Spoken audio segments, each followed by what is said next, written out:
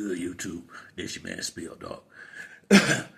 you know, I seen what Earl Spence said he wasn't gonna come back till he fully ready, which I guess makes sense. But from where I'm sitting at, it seemed like unless he finna box on, which I doubt, he really just need to. I mean, I think it's just about maybe one more big payday or something out there for him. I don't understand the reason. I just don't understand what will be the point in fighting on if you can only fight once every 2 years. If it's taking that long for his body to recover, it might be time to just hang the gloves up. I mean, the fight with Crawford, for long it'd be 2 years ago. A lot of people still talk about it like it was last week, but that fight was over a year and a half ago, and you know, he don't have over a year and a half ago, he don't have a trainer yet. I just, it just seems to me like boxing is not high on the priority list for him like it used to be. And ain't nothing wrong with that. I just would say, shit. I mean, ain't no sense in holding up. Well, I mean, it ain't like he got no belt or nothing. So I guess it don't matter if he's still on the sideline like this.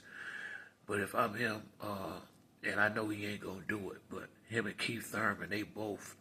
That's the biggest money fight I think they both could make at this point in their careers, with them staying so absent from the ring as long as they be.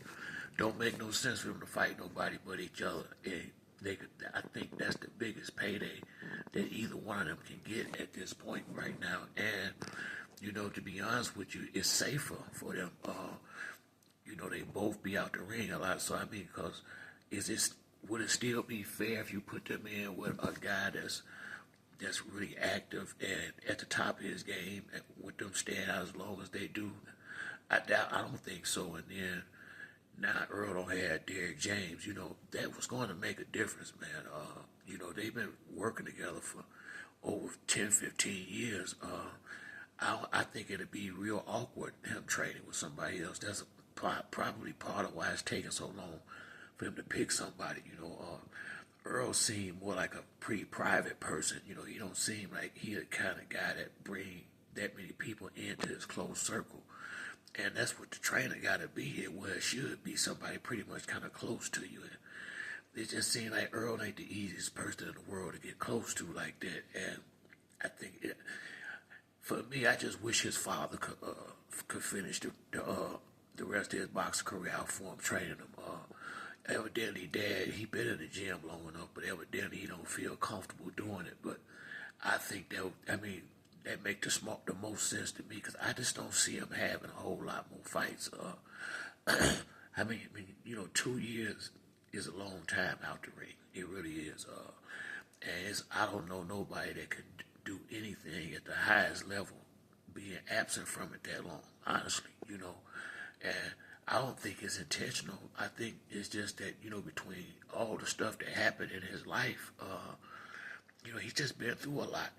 He just been through a lot. It's more, I think, it's Keith Thurman's circumstance is a lot different from Errol Spence's circumstance in the respect of the injuries and stuff that kind of, some of the stuff that kept Earl out the ring.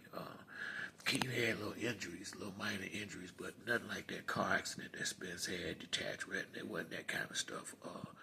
It was more so like pulled muscles and, things of that nature with Keith. I think he had a little fender bender one time, but it just hadn't been these extreme incidents like Spence had over his career. And I just think, he clearly fighting for money now. I think he said that not too long ago. So if that's what you're fighting for, go get the biggest fight you can get and get on out the way. Because once again,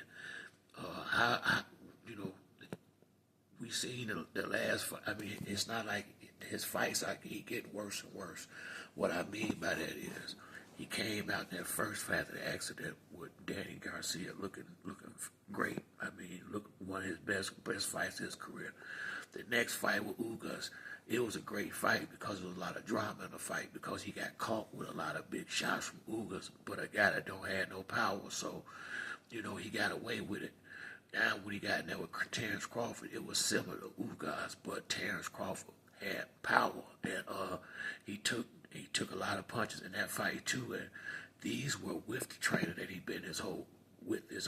Chris. So I just don't see how he get better staying out the ring this much. And unless he gonna start fighting, lowering the level of fighters that he fight, if he gonna keep on fighting the top guys, it's possible they can get worse and worse, and not because of him, but it's because it is him being inactive. That inactivity, man. 2 years is a long time to be stretching these fights out. Like I say, man, his fan base that took a big hit. I'm sure that, even me, I'm a fan of his, but I said this before he fought, but it's hard to be a fan of somebody that's not getting in the ring fighting.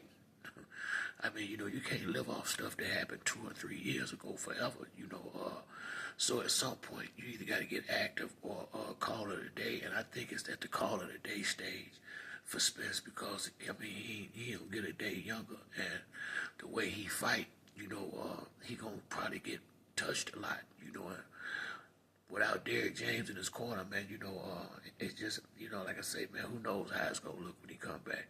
So if I'm him, Keith Thurman is the fight. If I'm Keith Thurman, I'd be chasing Errol Spence down. That's the biggest fight they both can get. Like I said, Keith obviously don't want to fight Boots. That's an easy fight for him to make on the table, but he probably know how that's gonna play out. Young, fast, hungry, young dude, and him really just fighting for money. It ain't gonna look good. So hopefully, man, somebody that's close to Spence really need to probably just be like, yo, dog, go on, fight the dude, man, and make this money, and call this shit a day. I think they can get millions for that fight. That fight will sell. They'll be able to sell that fight better and bigger than some of the guys that's active right now. If you announce Keith Thurman and Errol Spence fighting, that's gonna make some serious noise. Even now with them both being out the ring, because it'll be more even, somewhat competitive thinking fight by his two inactive veterans that was A-listers. So for me, that's the route I'm going. It wasn't number the one loss in Errol Spence's career, so it's not a big deal. But what makes it a big deal is these absences. It take him so long between fights to have another fight. That's what make the loss a big deal, because that was almost 2 years ago, and it don't like he no closer to getting in the ring than he was 2 years ago. So I mean, like I say, he pop out. I guess he do it for fun every now and then and show something on social media. I think he just do that just for the hell of it. But I just don't think I really, a lot of people, don't. It's called resistance to change.